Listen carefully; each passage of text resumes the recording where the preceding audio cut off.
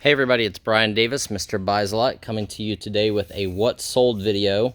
Sorry I didn't make this yesterday. We did ship out some stuff yesterday and shipped out a bunch of Facebook orders, and then we went and looked at a tractor trailer load of clothing as a big deal that we're working on. And so today we're doing the what sold for over the weekend, and this is some of what we have pulled to show you guys real quick. So these are our orders for the weekend. We shipped out, I believe, 38 orders yesterday. We've already started packing. You know, you can see in our mail bin here probably 30 more packages. And currently left, let's see where we're at. We have 90 items still to pack and ship today, for a total of $2,913. I will give you guys just a quick rundown. We've sold, numerous rock and roll posters, and I'll give you estimates of what it sold for, because unless I'm looking back at the screen, or unless I have Pam tell me, it kind of will become confusing. Obviously, you can see we sold some makeup for 68 bucks. A Led Zeppelin concert ticket for 125. Some autographed Julie Strain photos. More concert posters. Makeup. We sold a lot of makeup and a lot of concert posters over the weekend. Some doll bodies, and then photos, glass replacement panels. But this is just to give you guys an idea. Always keep an eye out for a little bit of everything. Diversify. If you're stuck in one field and you don't find merchandise, but you spent gas money and time when you could have been buying other items, once you expand your knowledge base, there's always something to be bought that you can make money on. It's the key to this business, is to never stop learning new types of items. Normally I don't buy clothing, but yesterday we looked at a tractor trailer load of estate clothing. So we're working on possibly buying. So sorry if this is flipping through a little quick. I'm trying to make the video under 10 minutes, and I'm also going to give you guys a bonus today of what I purchased at the flea market on Sunday. So as you guys can see, Julie Strain signed photos. They average about $20 to $25 a piece. I believe there's a group of 4 of them to different people. Government reports from the 1800s. This one's from 1832. We sell those. We put them in our auctions at $9.99. We sell them in our store at $22. I've got up to $600 a piece for some of them in the past. So here's some rock and roll concert posters. The pair of these sold for $75. There's another rock and roll poster sold for $48. Here's a movie poster, The Defective Detective, sold for $25. Lipstick sold for $35 for the 4, so it's 2 orders of 2. I believe that's what our price is, like $18 a piece, and maybe I gave them to the guy for $17.50 with free shipping, something like that. Something I don't normally buy, Almbic. This came out of a storage that I bought. Guitar strings, you can see we sold for $35. Glass panels, more rock and roll concert posters. These sold in the $20 range. Oh, this liquid makeup, number 95, sold for $60. We sold 2 orders of this eye care, and I believe it was $18 an order. We sold this fragrant body powder for $28. Another movie poster. This one's a little older. This one's 1959. It's called The Bat. Features Vincent Price. I believe we sold that for $45. This Led Zeppelin Commemorative placard. So it was a limited edition that they used the leftover tickets from the last concert. And that sold for $125. This Hazel Adkins rock and roll concert poster sold for $40. This Danzig and Alkaline Trio poster sold for $65. This Banana Republic Slate perfume, I believe, was $30 or $35. This is a room spray in honey and apricot, was $25. This mirror was $40. Sanyo controller from one of the controller deals I bought, sold for $18.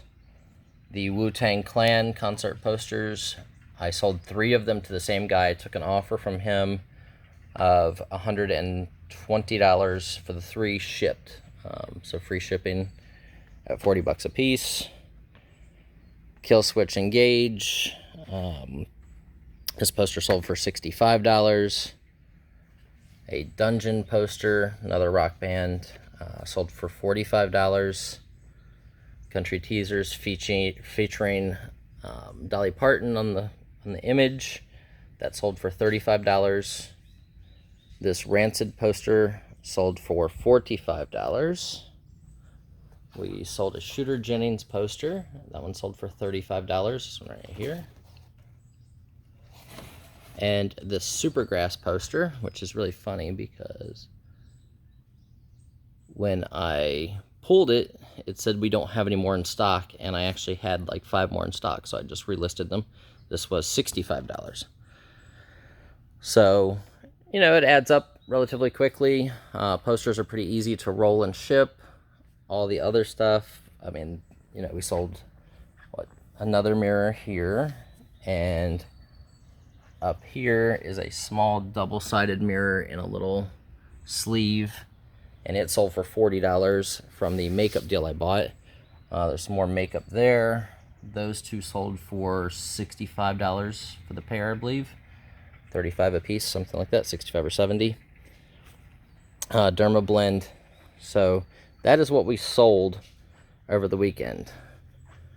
And Pam is actually making some of our wholesale lots of the sports clothing. So if you guys didn't see those, we're going to revamp that a little bit and only offer out variety lots to people. So that video will be coming later this week. And then we're going to go over here to what we bought. What you see over here is what we sold at the Facebook auction last night. Thank you to a bunch of the YouTube subscribers who come to my Facebook auctions and buy stuff. It's awesome to see you guys, and I love having items that I know you'll like. So, but here's what I bought at the flea market on Sunday. So 1940s cake pan in the box. Another 1940s cake pan with a box. Cookie press. This is super cool. Heavy duty Scotch tape dispenser in the box, really early. A lady from Lady and the Tramp porcelain figure. Fondue pot. There was a guy at the flea market that had really cool 50s kitchen stuff and a little bit of older clothing and a big Barbie collection. I bought everything in his booth. So his name is Chris. So Chris, if you see this, thank you again. I bought everything out of his booth. He got to go home early, didn't have to be set up very long. And I just did what I normally do. So from his booth came these cool canister set with all the little spice jars and inside of the plastic sifters and everything. So those are complete. They're pretty awesome. There was also jewelry that he had, and I have not looked at any of this jewelry yet. So there is, you know, a box of costume and miscellaneous jewelry, and there's some military buttons inside of this box. Here's another box of jewelry that he had. I haven't looked at any of this. I actually didn't even see it when I bought the booth, but they did a great job displaying. Their booth looked amazing. So from them, I also got this Mattel Modern Furniture, which was a Mattel Modern, did a really rare furniture line. Super cute. The chair needs a little bit of work, but the other stuff's pretty nice. That stuff's cool. A sample child's or doll salesman sample dresser vanity with folding mirror that's removable. I got this Mac Barbie from them. I got, oh, let's see what else we bought. Let's see. I think these are McCall mannequins. Yep, so these are 19 1940s McCall store display mannequins from McCall Patterns. Those came from them as well. Got this awesome Susie Goose Barbie vanity in the original box. This was also made for Barbie, as you can see in the silhouettes. But this is a dandy toy. See, will fit Barbie, Midge, Tammy, and Mitzi. This is actually pretty rare. This came from that booth. I got that 1960s Barbie and Midge queen size chef robe. Chef robe, if I'm pronouncing that correctly. We also got, I'll show you guys if I can get it out here. I'm trying to do this one-handed. Okay. Oh, I'll set it down. I bought this chair at the market, which is very cool Danish modern. Super neat. But here is what I bought from Chris and them. So these are all vintage Barbies. Ponytails. So these are all 1960s. Barbies, Midge, Skipper. That one's still got a hairband on.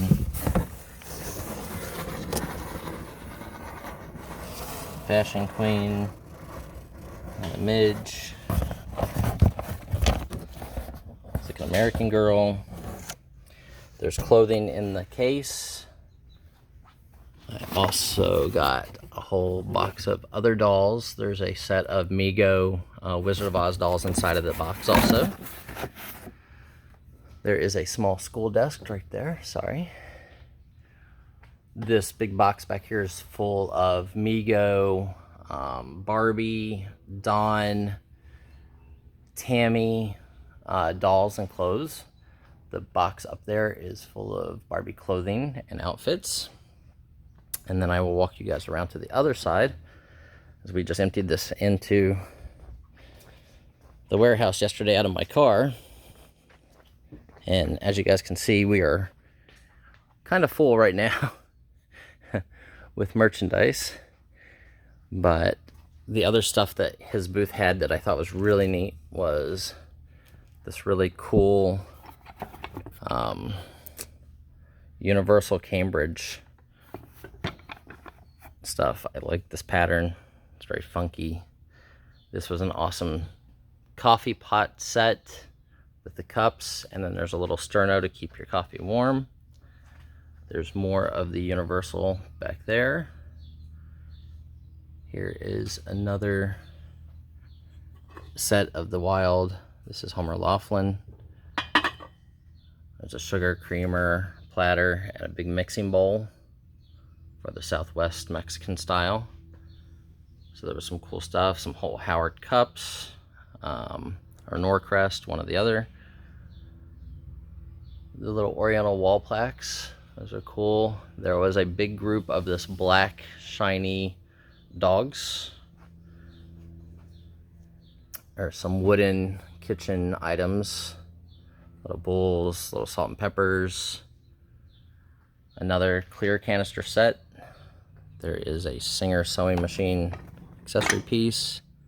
A household button holder.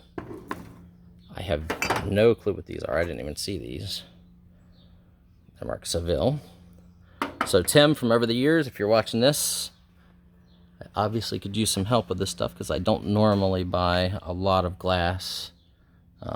I just like funky and 50s, so it wound up piquing my interest enough where I bought the guy's entire booth.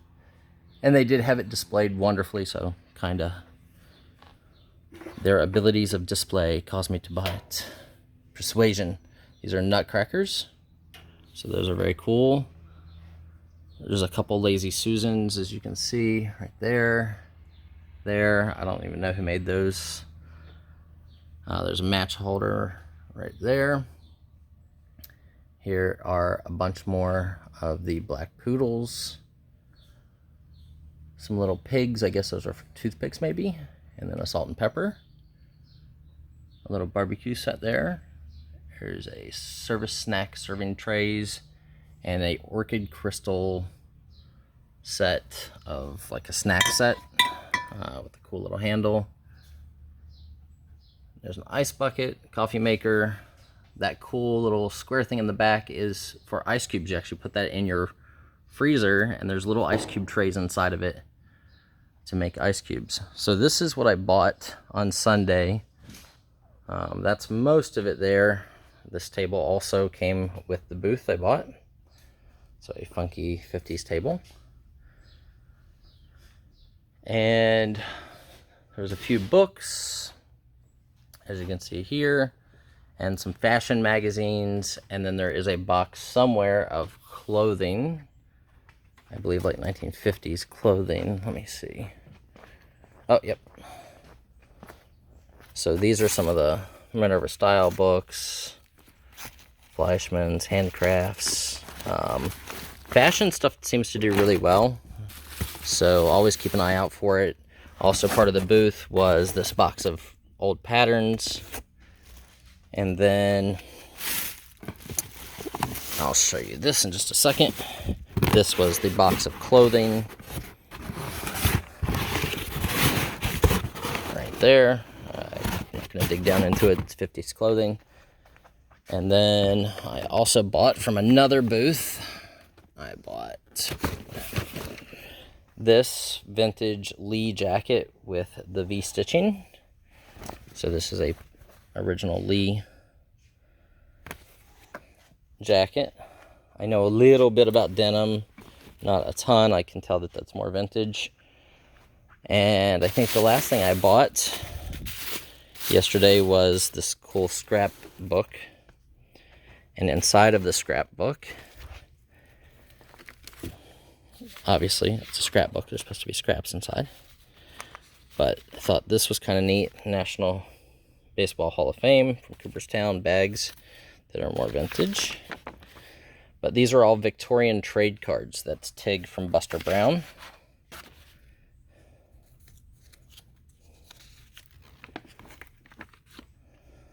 But the whole book is full of Victorian trade cards and die cuts. Most of these advertise, you know, stores or places on the back. You do have to figure out how to get them off of the books. Generally, you can soak them, and then you just let them dry, because the old glue will generally dissolve. It's a base that will dissolve in water a lot of times.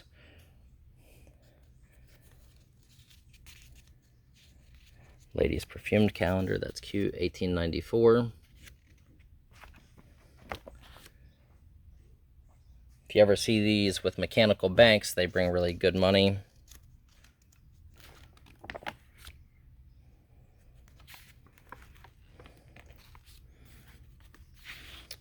So, turn of the century engraving.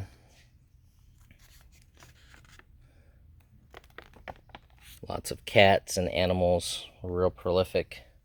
You look at Victorian trade cards. Cats, animals, children, and flowers are generally what you see. When you see plants and stuff like that where they're acting like kids, like this one, they're called anamorphic, and those are generally a lot better. And then there's certain ones that are really rare. I don't know them off the top of my head a lot of times.